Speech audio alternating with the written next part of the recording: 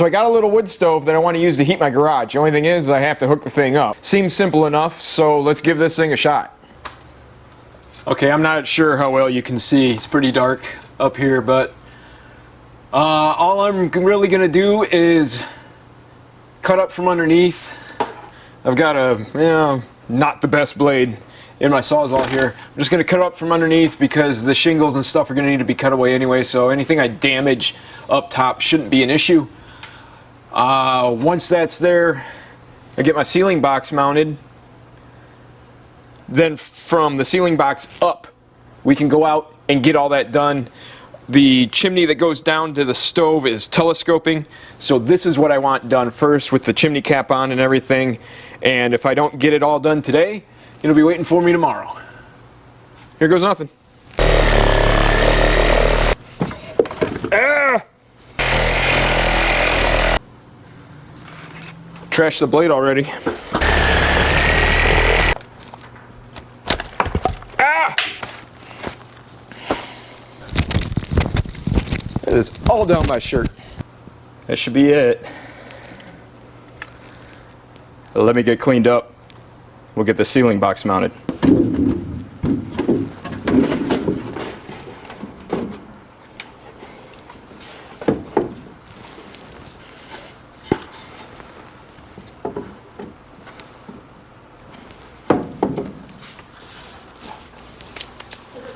What up?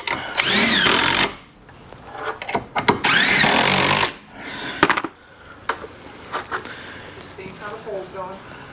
It's a hole. I get this anchored, I should be able to go out the roof. And if I can at least get one section out of the roof, get that flashing on, and put the cap on, it'll be dried in. I can fiasco the rest of it later. Roughly 1.5 inches down.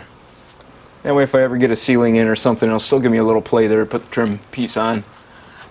Yeah, I've never done this before, but doesn't seem to be the hardest thing in the world. Just got some pole barn metal screws.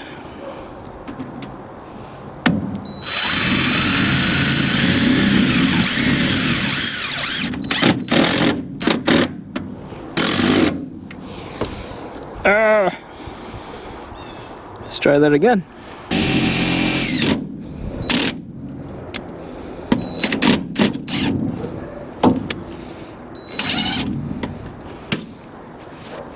I like it. Let me bring you out here.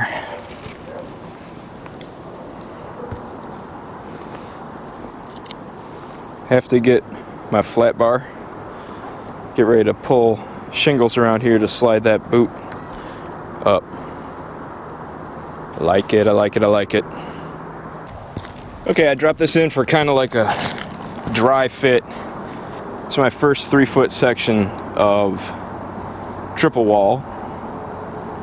And then I have another 3, and then a 2-foot section, which should get me above my ridge, which I would need for code.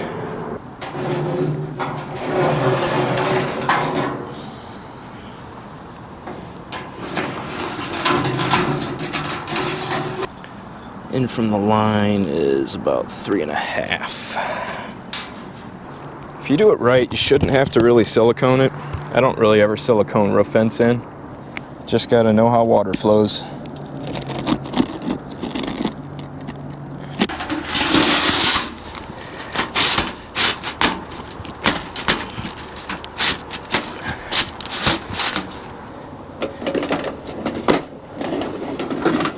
Then we'll attach the boot.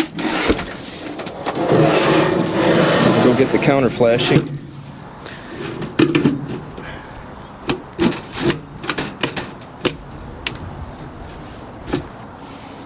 That's not bad.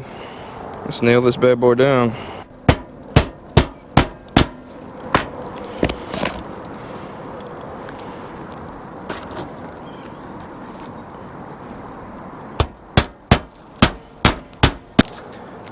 Okay, this collar slips around. I don't know, can you see? Collar slips around like a belt.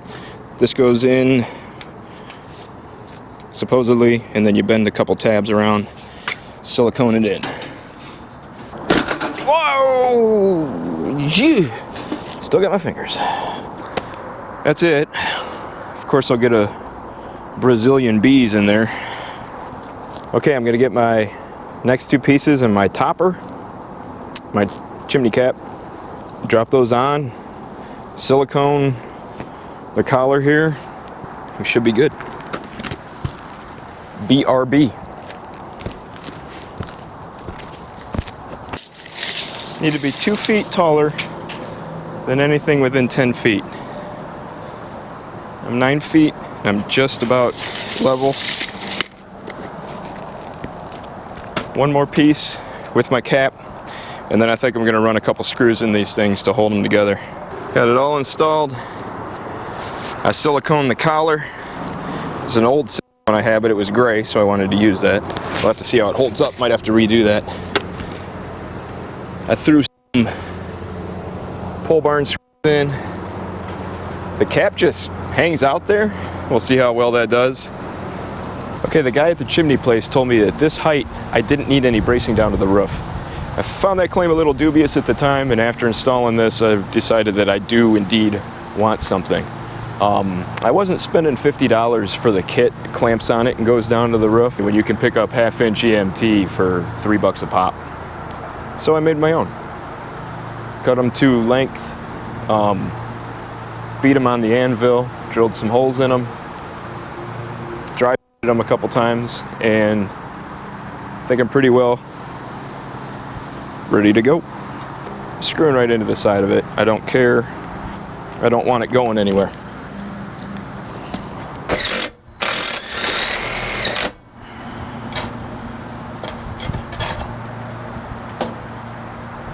Don't get any better than that.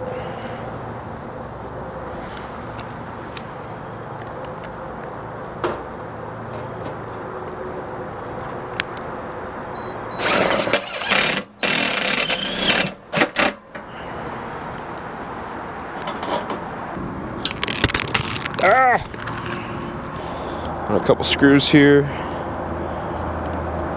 Under the tab, obviously. Don't do like a plumber and screw through the shingles.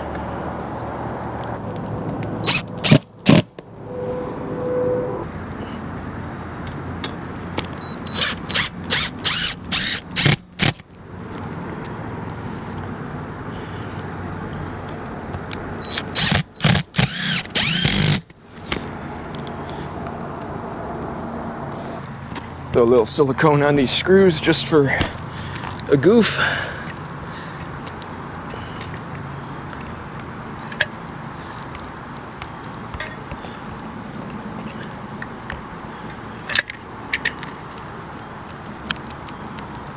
That should do it for up here. You can't beat that.